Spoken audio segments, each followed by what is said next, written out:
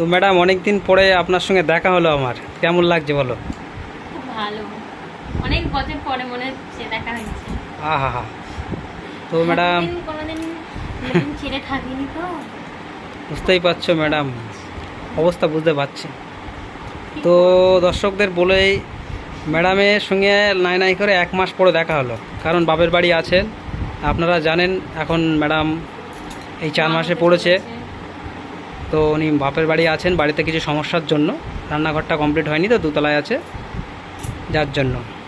তো আপনারা কমেন্ট করেন একটা সুস্থ মা হওয়ার জন্য, একটা বাচ্চা ভালোভাবে হওয়ার জন্য কি কি করা উচিত আপনারা অবশ্যই বলবেন, কারণ প্রথম এক্সপিরিয়েন্স তো, এই লাইফের প্রথম হচ্ছে, বুঝতে পারছেন তো। খুব ভয় করে সময় সময় ওষুধ দেয়, ওষুধও ভালোভাবে খাচ্ছে না। তা এটাও বলবেন, যে কমেন্ট করবেন যে কি করা উচিত। দেখেন কি অবস্থা, মানে বাড়িতে বেরোতে পারছে না, চারিদিকে বর্ষাকাল তো খুব অবস্থা খারাপ।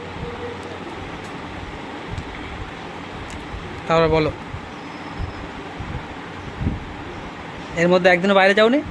কোনোদিনও যাইনি, আজকে প্রথম যাচ্ছি। এতদিন বাবার বাড়ি এসে হ্যাঁ, তোমার সঙ্গে ফাঁকায় বেরোলো বসবো। আচ্ছা আচ্ছা।